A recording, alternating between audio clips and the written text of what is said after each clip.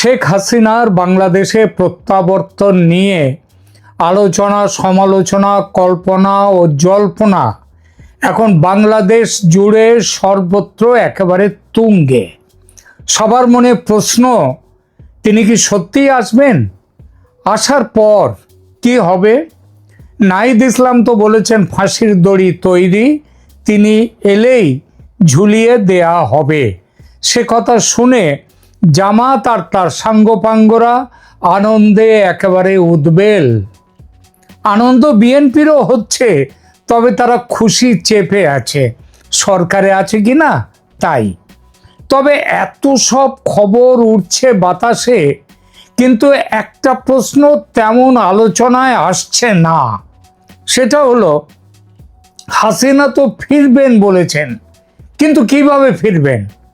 প্রথমে ভাবা গিয়েছিল বাংলাদেশের সরকার তাকে একেবারে লোফা ক্যাচ পেলে ফিল্ডার যেমন খুশি হয় তেমন খুশি হয়েই লুফে নেবে শেখ হাসিনাকে, তারপর ঢাকায় পৌঁছলেই জেলখানায় রেখে দেবে এবং দিনক্ষণ দেখে ঝুলিয়ে দেবে।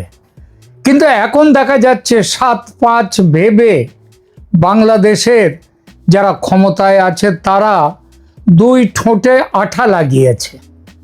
নয়াদিল্লির সাউথ ব্লকে গোয়েন্দারা গোপন খবর দিচ্ছে তারেক রহমানের বিএনপি সরকার হাসিনার প্রত্যাবর্তনের ইচ্ছার খবর জেনে খুশি নয় আদৌ।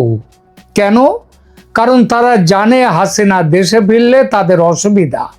ব্যস্ত চলছে সরকার, ভারত কি চাইছে বুঝতে পারছে না। এতদিন ব্যস্ত রেখে দিয়েছিল ভারত হাসিনাকে তাদের দেশে, এখন এই যে ফেরত পাঠানো, এটা কেন? 24-এর মতো রাস্তার আন্দোলন তৈরি করে এই সরকারকে ফেলে দেওয়ার চক্রান্ত নেই তো? সুতরাং যা 70 পরের ঘাড়ে। হাসিনা থাকুন না ভারতে, তার ফেরার ব্যাপারে বিএনপি সরকার হ্যাঁ বলবে না, আবার নাও বলবে না, মৌনী বাবা সেজে বসে থাকবে চুপচাপ। একজন নাগরিককে কি তার নিজের দেশে ঢুকতে দেয়া নিষিদ্ধ করা যায়? ইতিহাসে এমন অনেক মুহূর্ত এসেছে যখন একটি বিমানের দরজা খোলার সঙ্গে সঙ্গে একটি দেশের রাজনৈতিক ইতিহাস বদলে গেছে। 1979 সালে তেহরানের বিমানবন্দরে নেমেছিলেন আয়াতুল্লাহ খোমেনি।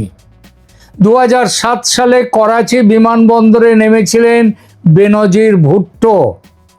দুটো ঘটনা সম্পূর্ণ আলাদা, দুটো দেশের ইতিহাসও আলাদা, কিন্তু একটা বিষয় অদ্ভুত মিল ছিল। দুজনের প্রত্যাবর্তনই শুধু একজন মানুষের দেশে ফেরা ছিল না, সেটি ছিল একটি রাষ্ট্রের ভবিষ্যতের মোড় ঘোরানোর মুহূর্ত। আজ দক্ষিণ এশিয়ায় আবার কি তেমনই একটা মুহূর্ত তৈরি হতে চলেছে শেখ হাসিনার দেশে ফেরার ঘটনায়? আর সেজন্যই কি তিনি ডিসেম্বরে ফিরে যাবেন দেশে? ডিসেম্বরের মধ্যে এই ঘোষণা দেওয়ার পর থেকে একটা দুশ্চিন্তা ও ভয়ের বাতাবরণ তৈরি হয়েছে বাংলাদেশে। বর্তমানে যারা সরকারে থেকে এবং সরকারের বিরুদ্ধ দলে বসে থেকে রাজনীতি নিয়ন্ত্রণ করছে তাদের মধ্যে, তাই হাসিনার ফিরে আসার ঘোষণায় তারা বাক্যহারা, ভয়ের মধ্যে রয়েছেন। শেখ হাসিনা প্রকাশ্যে জানিয়েছেন তিনি দেশে ফিরে আদালতের মুখোমুখি হতে চান, কিন্তু প্রশ্ন উঠছে ফিরবেন কিভাবে? যে বাংলাদেশের সরকার প্রথমে মোহাম্মদ ইউনূসের ইন্টারিম গভর্নমেন্ট এবং তারপরের তারেক রহমানের বিএনপি গভর্নমেন্ট হাসিনাকে ফেরত চাই বলে এত হল্লা তুলেছিল, তারা হাসিনার ঘোষণার পর মুখে একেবারে কুলুপ এঁটেছে। কোথায় এই ঘোষণা শুনে বলবে ডিসেম্বর পর্যন্ত দেরি করার কি দরকার, তাড়াতাড়ি এলেই তো হয়, আমরা আমাদের কাজটা শেষ করতে পারি। কবে আসবেন বলুন, বিমান পাঠাচ্ছি, এটাই তো বলা উচিত ছিল। এই কথা তো বলছেনই না, বরং একেবারে চুপ, যেন ভয় পেয়েছেন। কিন্তু তার ভয় পাওয়াটা, তাদের ভয় পাওয়াটা তাদের কাছে থাক। আমরা হাসিনার কথায় ফিরি। কিভাবে ফিরবেন তিনি দেশে? মানুষ তো পাখি নয়, পাখির পাসপোর্ট লাগে না, ভিসা লাগে না, পাখিকে আকাশে আটকে দেওয়ার কেউ নেই। মানুষের জন্য সীমান্ত আছে, সেখানে পারাপারের জন্য ডকুমেন্ট লাগে। ভাই, ভূমিতে গেলেও ডকুমেন্ট, আকাশে গেলেও ডকুমেন্ট। সুতরাং ঢাকায় নবনিযুক্ত রাষ্ট্রদূত দীনেশ ত্রিবেদীর মতো তিনি বেনাপোল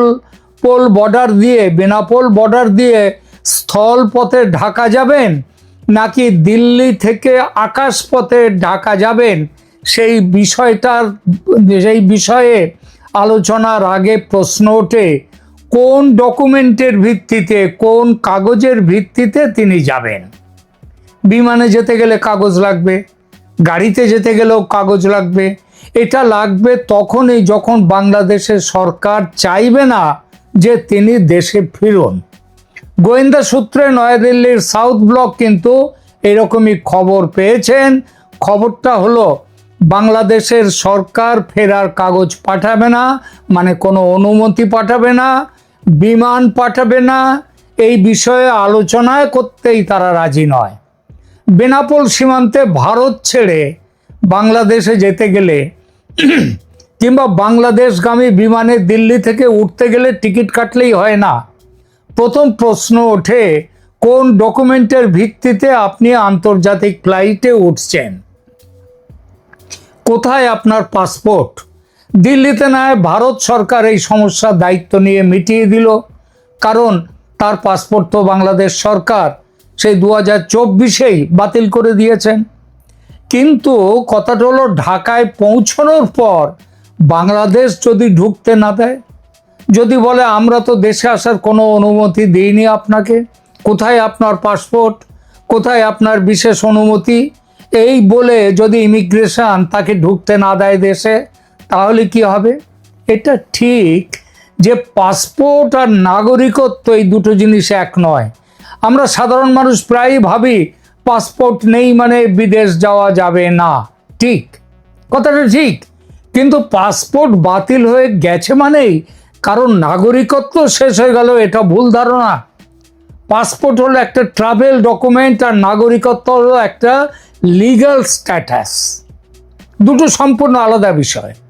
আপনার পাসপোর্ট বাতিল হতে পারে, আপনার পাসপোর্টের মেয়াদ শেষ হতে পারে, আপনার পাসপোর্ট হারিয়ে যেতে পারে, কিন্তু তাতে আপনি আপনার দেশের নাগরিকত্ব হারান না। আজ পর্যন্ত প্রকাশ্যে এমন কোনো তথ্য নেই যে শেখ হাসিনার বাংলাদেশি নাগরিকত্ব বাতিল করেছে সেখানকার সরকার। অর্থাৎ তিনি এখনো বাংলাদেশের নাগরিক, আর দেশের নাগরিক দেশে ফিরবে, তাতে কি বাধা দেয়া যায়? আন্তর্জাতিক আইন কি বলছে এই ব্যাপারে? আন্তর্জাতিক মানবাধিকার আইনের মৌলিক একটা নীতি হলো কোনো নাগরিককে ইচ্ছামতো নিজের দেশে প্রবেশের অধিকার থেকে বঞ্চিত করা যায় না। এই যে বাংলাদেশি নাগরিকদের ভারত অবৈধ অনুপ্রবেশকারীদের ফেরত দিচ্ছে, তারা যদি সত্যি বাংলাদেশের নাগরিক হয় তাহলে কোন আইনে ফেরত পাঠানো হচ্ছে এইসব ব্যাপার দেখা, সেটা আদৌ কোনো অধিকার বাংলাদেশের নেই। সে কারণ সেই নাগরিকের অধিকার আছে তার দেশে প্রবেশের অধিকার, সেই অধিকার থেকে তাকে বঞ্চিত করা যায় না। তাই ভারত তাদের নিয়ম মাফিক ইত্যাদি কার করে ফেরত পাঠাচ্ছে না, এই ব্যাপারটা নয়। এটা নিছক নৈতিক বক্তব্য নয়, এটি আন্তর্জাতিক আইনের স্বীকৃত একটি নীতি। এর অর্থ এই নয় যে শেখ হাসিনা দেশে ফিরে মুক্তভাবে ঘুরে বেড়াবেন, একদমই নয়। সরকার চাইলে তাকে ঢাকা বিমানবন্দর থেকে গ্রেপ্তার করতে পারে, কারণ আইনত তিনি দণ্ডপ্রাপ্ত আসামি। কিন্তু গ্রেপ্তার করা আর দেশে ঢুকতে না দেয়া এই দুটো বিষয় এক নয়। আইন মানলে দেশে তাকে ঢুকতে দিতেই হবে। এটা বাংলাদেশের আইন যেমন, এটা সারা পৃথিবীর আইন, আন্তর্জাতিক আইন। তাই ট্রাভেল ডকুমেন্ট বা ট্রাভেল পাস শেখ হাসিনার কাছে থাক বা নাই থাক, বাংলাদেশ তাকে অনুমতি দিক বা নাই দিক, দেশে ফেরার অধিকার তার। প্রসঙ্গত বলি, ভারত সরকার কিন্তু শেখ হাসিনাকে সেই 2024 সালে ট্রাভেল পাস দিয়ে রেখেছে। যেমন পাসের জোরে দলাই লামা গত 60-65 বছর ধরে পৃথিবীর সব দেশে যাচ্ছেন, আবার ঘুরে ভারতে ফিরছেন, সেই রকমই পাস দেয়া শেখ হাসিনাকেও। অবশ্য যে দেশে যাচ্ছেন সেই দেশের অনুমতির সাপেক্ষে তবেই সেই দেশে তিনি যেতে পারেন। শেখ হাসিনাকে এই পাস ভারত সরকার দিয়েছে সেই 2024 সালে, যদিও তার জোরে কোনো দেশে এখনো পর্যন্ত যাননি শেখ হাসিনা। তাহলে এ পর্যন্ত দেখা গেল বাংলাদেশ সরকার চেষ্টা করেও তার দেশে ফেরা আটকাতে পারবে না আইন মতে, কিন্তু চেষ্টা করে দুনিয়ার সামনে নিজেদের হাস্যাস্পদ করতে পারে। সারা পৃথিবী বলবে তখন, দেখো দেশের প্রাক্তন প্রধানমন্ত্রী, তাকে ফেরাবার জন্য এত ব্যস্ততা ছিল এতদিন যে সরকারের, আজ তিনি ফিরতে চাইছেন অথচ সরকার তাকে দেশে ঢুকতে দিতে চাইছে না। সে এক ভীষণ সমালোচনা। সুতরাং বাংলাদেশকে ঘাড় নোয়াতে হবেই, অর্থাৎ তাকে দেশে যেতে দিতেই হবে। তাই অনুমতিপত্র দিন আর না দিন। এবার কোন পথে তিনি দেশে ফিরবেন? নিঃসন্দেহে আকাশপথে, বিমানে, দিল্লি টু ঢাকা। সেই বিমান নিশ্চয়ই সাধারণ যাত্রীবাহী বিমান হবে না। বাংলাদেশের সরকার বড় দুঃখ পেয়েছে হাসিনার এই ফেরার সিদ্ধান্তে। সুতরাং বিমান পাঠাবার কথা না বলতেই পারে তারা, কোনো জবাবদিহি না দিয়ে চুপ করে বসে থাকতেও পারে। অথচ নেত্রী চলে যেতে ব্যাকুল। এমন পরিস্থিতি হলে কি হবে? দুটো পথ সামনে। এক, শেখ হাসিনা নিজেই একটা চার্টার্ড বিমান ভাড়া নিয়ে দেশে চলে যেতে পারেন। সেখানে অবশ্য তার সিকিউরিটি রিস্ক থাকবে। যাত্রাপথে বাংলাদেশ আর্মি বা পাকিস্তানের ISI এর সন্ত্রাসীরা যারা ঘাঁটি গেড়ে বসে আছে বাংলাদেশে, তারা মিসাইল ছুড়ে মাঝ আকাশেই ধ্বংস করে দিতে পারে সেই বিমান। আমি 24 আগস্টে শেখ হাসিনার দেশ ছেড়ে দিল্লি চলে আসার সেই যাত্রা নিয়ে একটি ভিডিও করেছিলাম। দেশ ছেড়ে নেত্রী চলে আসা নিয়ে আমার তৈরি সেই ভিডিও এ বিষয়ে দুনিয়াতে প্রথম ভিডিও ছিল। সেখানে আমি বলেছিলাম আকাশে আক্রান্ত হওয়ার ভয়ে কিভাবে শেখ হাসিনাকে নিয়ে যাওয়া বিমানটি বাংলাদেশের আকাশ সীমা অতিক্রম করেছিল। সমস্ত রকম যোগাযোগ বিচ্ছিন্ন করে তারা অতিক্রম করেছিল বাংলাদেশের আকাশ সীমা। তো সাধারণ চার্টার্ড বিমানে এবার সেভাবে যাওয়া সম্ভব নয়। সুতরাং নাশকতা বা আক্রান্ত হওয়ার সম্ভাবনা ভীষণ বেশি। সেই ঝুঁকি নিয়ে ভারতও কখনোই পাঠাবে না শেখ হাসিনাকে ওই বেসরকারি চার্টার্ড বিমানে। দ্বিতীয় পথ, ভারত নিজে তার সামরিক বিমানে করে পাঠাতে পারে শেখ হাসিনাকে, কিন্তু সেখানেও বড় সমস্যা। প্রথমত, বাংলাদেশ একটা স্বাধীন সার্বভৌম দেশ। ভারতের সামরিক বিমান সে দেশের অনুমতি ছাড়া তার আকাশ সীমায় প্রবেশ করলে সেটা আন্তর্জাতিক কানুনের বিরুদ্ধে চলে যায়। ঢাকা সে বিমানকে ল্যান্ডিংও যদি করতে দেয়, ল্যান্ডিং করার অনুমতি নাও দিতে পারে ঢাকা পৌঁছবার পর। আর সবচেয়ে বড় কথা হলো, সেই বিমানকেও আক্রমণ করে মাঝ আকাশে ধ্বংস করে দেওয়ার চেষ্টা হতেই পারে। ভারতের পক্ষে সেরকম ঝুঁকি নেওয়াও সমীচীন হবে না। তাহলে কোন পথ খোলা আছে সামনে? এক, ভারত সরকার বাংলাদেশ সরকারের সঙ্গে কূটনৈতিক স্তরে আলোচনা করে বাংলাদেশকে তাদের প্রাক্তন প্রধানমন্ত্রীকে নিয়ে যাওয়ার ব্যাপারে রাজি করাতে পারে।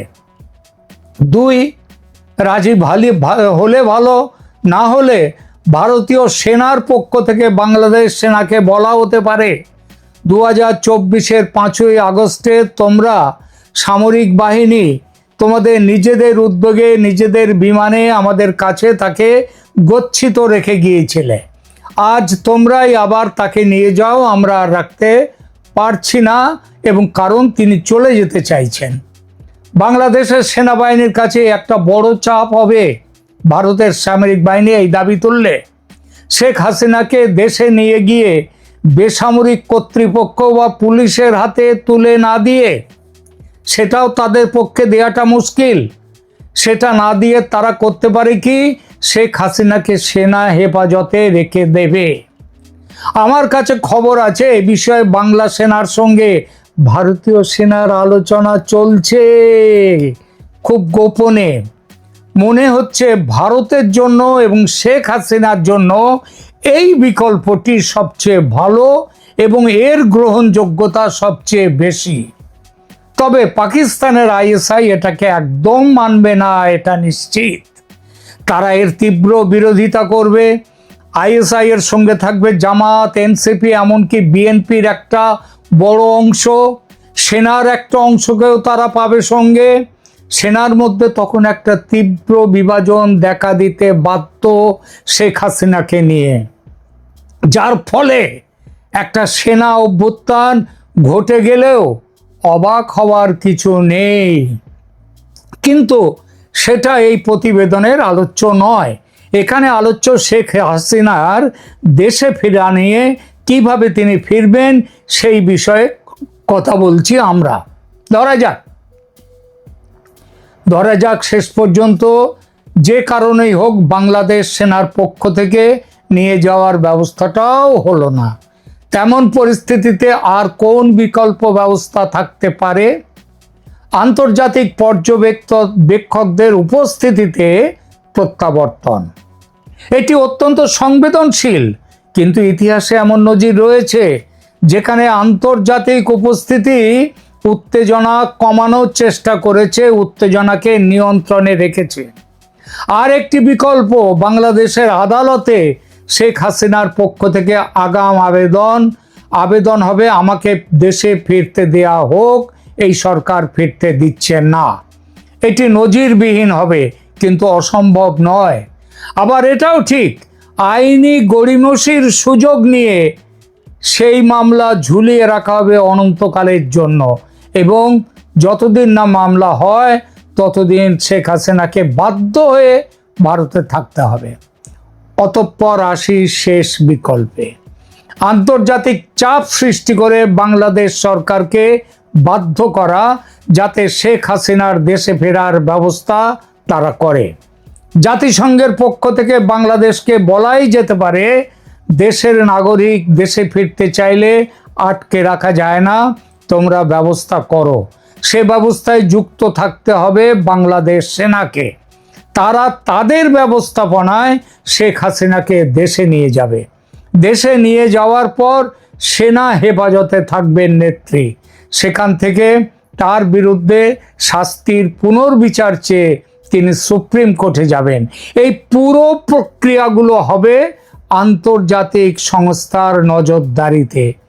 আন্তর্জাতিক সংস্থার সাথে আন্তর্জাতিকভাবে বিভিন্ন দেশ থাকবে, পশ্চিমের দেশ থাকবে, আমেরিকা থাকবে, ভারত তো থাকবেই, যার মধ্যে জাতিসংঘের পাশাপাশি থাকবে, এদের পাশাপাশি থাকবে আন্তর্জাতিক মিডিয়া। পুরো ঘটনাক্রমের ওপর আন্তর্জাতিক সংবাদ মাধ্যমের তীক্ষ্ণ নজর থাকবে। আমার কাছে খবর আছে শেখ হাসিনা তার দেশে ফেরার সময় তার সঙ্গে যাওয়ার জন্যে সাংবাদিকদের বিভিন্ন মিডিয়ার লিস্ট তৈরি করা হচ্ছে, দেশের এবং দেশের বাইরের আন্তর্জাতিক মিডিয়া। আপনি যদি ভাবেন ইন্টারন্যাশনাল মিডিয়ার কি দায় পড়েছে, তাহলে আপনি ভুল ভাবছেন। বাংলাদেশ ও শেখ হাসিনা এতদিন সেভাবে কভারেজ পায়নি, নিরপেক্ষ কভারেজ পায়নি। আজ রয়টার্সের এক ইন্টারভিউয়ের পর বিশ্ব মিডিয়া কড়া নজর রেখেছে শেখ হাসিনার দেশে ফেরার ওপর। এরকম নজর রাখার দুটো উদাহরণ এই মুহূর্তে মনে পড়ছে আমার, দুটোই অন্য দেশের। প্রথম উদাহরণ বেনজির ভুট্টোর, তার 8 বছর পর দেশে ফিরে আসা। 2007 সাল, পাকিস্তান। 8 বছর নির্বাসনে থাকার পর দেশে ফিরলেন সাবেক প্রধানমন্ত্রী বেনজির ভুট্টো। তিনি শুধু একজন রাজনৈতিক নেতা হিসেবে ফিরছিলেন না, তিনি ফিরছিলেন এমন এক দেশে যেখানে সেনাবাহিনী, বিচার ব্যবস্থা, রাজনৈতিক দল এবং আন্তর্জাতিক শক্তিগুলোর মধ্যে জটিল টানাপোড়েন চলছিল, অনেকটা আজকের বাংলাদেশের মতো। কিন্তু সবচেয়ে আশ্চর্যের বিষয় কি ছিল জানেন? বেনজিরের সঙ্গে করাচিতে নেমেছিল সেদিন গোটা পৃথিবীর সংবাদ মাধ্যম, Reuters, Associated Press, AFP, BBC, CNN, Al Jazeera, Sky News, প্রায় সবাই। কারণ বিশ্ব বুঝেছিল এটা শুধু পাকিস্তানের খবর নয়, এটি আন্তর্জাতিক রাজনীতির খবর। করাচির রাস্তায় সেদিন লক্ষ লক্ষ মানুষ, টেলিভিশনের লাইভ সম্প্রচার, তারপর তারই মধ্যে একটি ভয়ঙ্কর বিস্ফোরণ। সেদিন তিনি বেঁচে গিয়েছিলেন, কিন্তু কয়েক সপ্তাহ পর রাওয়ালপিন্ডিতে আততায়ীর হাতে নিহত হন। ইতিহাস আমাদের একটি শিক্ষা দিয়েছে, যখন কোনো নেতার প্রত্যাবর্তন একটি রাষ্ট্রের ভবিষ্যৎ বদলে দিতে পারে, তখন সেটি আন্তর্জাতিক ঘটনায় পরিণত হয়। শেখ হাসিনার ঘটনাও সেটাই হয়ে উঠছে, এবং সেজন্যেই সতর্কতা। দ্বিতীয়টি ইরানের উদাহরণ, কিন্তু ভিন্ন বাস্তবতা। 1979 সাল দীর্ঘ নির্বাসনের পর আয়াতুল্লাহ খোমেনি দেশে ফিরলেন। আমি আবারও বলছি, বাংলাদেশের বর্তমান পরিস্থিতির সঙ্গে ইরানের বিপ্লবের তুলনা করা ভুল হবে। দুই দেশের ইতিহাস আলাদা, দুই সমাজ আলাদা, দুই রাজনৈতিক প্রেক্ষাপটও আলাদা, কিন্তু একটি মিল আছে। বিশ্বের সংবাদ মাধ্যম বুঝেছিল এই প্রত্যাবর্তন শুধু একজন মানুষের দেশে ফেরা নয়, এটি ইতিহাসের একটি নতুন অধ্যায়। তাই বিশ্ব তাকিয়েছিল, এবারও বিশ্ব তাকিয়ে থাকবে বাংলাদেশের দিকে, শেখ হাসিনার দিকে। বুঝতে পারছেন কি কূটনৈতিক টানাপোড়েন, কি বিপুল মিডিয়া অ্যাটেনশন আসতে চলেছে শেখ হাসিনার এই ফেরার ব্যাপারটা নিয়ে। একটা ব্যাপার খেয়াল করুন, শেখ হাসিনার ডিসেম্বর ডেডলাইন দিয়ে দেশে ফেরার ঘোষণা নিয়ে ভারত কিন্তু কোনো কথা বলছে না ঠিকই, কিন্তু কিছু কি করছে না? তাই কখনো হয়? খেলছেন শেখ হাসিনা, ঘটনার কেন্দ্রে তিনি, কিন্তু ভারত মাঠ তৈরি করছে, ব্যবস্থাপনার দায়িত্বে আছে ভারত। সব রকম সহযোগিতা, যেসব সহযোগিতা দরকার সবটাই করছে ভারত। কারণ এটা নিঃশুল্ক সেবা নয়, ভারতেরও স্বার্থ আছে। সবচেয়ে বড় স্বার্থ, বাংলাদেশ স্বাভাবিক থাকলে ভারতের নর্থ ইস্ট সুরক্ষিত থাকবে, পাকিস্তান ঘেঁষতে পারবে না, চীন দূরে থাকবে, মৌলবাদ সন্ত্রাস ডানা মেলতে পারবে না। শান্ত বাংলাদেশ শুধু বাংলাদেশের শান্তি রাখে না, ভারতকেও শান্ত রাখে।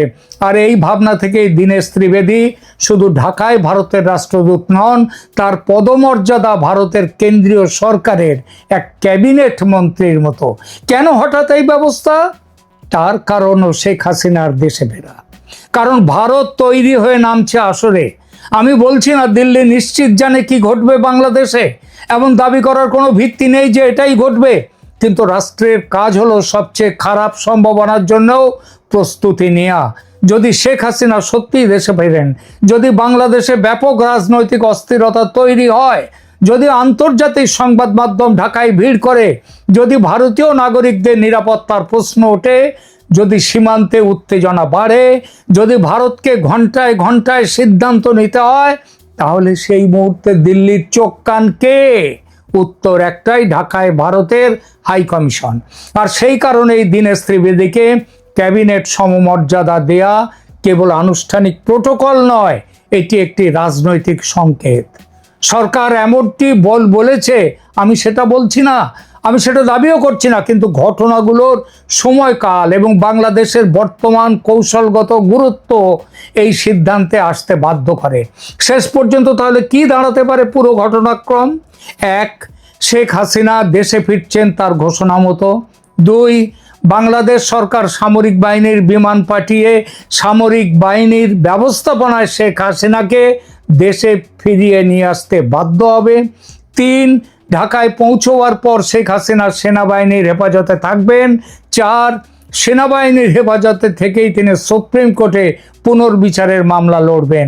4, বাংলাদেশের ওপর আন্তর্জাতিক মিডিয়ার নজর এতটা তীক্ষ্ণ ও বিস্তৃত হবে যে আওয়ামী লীগকে চেপে রাখা যাবে না। গণ আন্দোলনের তীব্রতায় বিএনপি সরকার পড়ে যেতে পারে। এবং সর্বশেষ, সেনা অভ্যুত্থানের একটা সম্ভাবনা আছে। সেই অভ্যুত্থানের পেছনে ভারতের ভূমিকা মুখ্য থাকতেও হতে পারে, কিন্তু সঙ্গে আমেরিকাও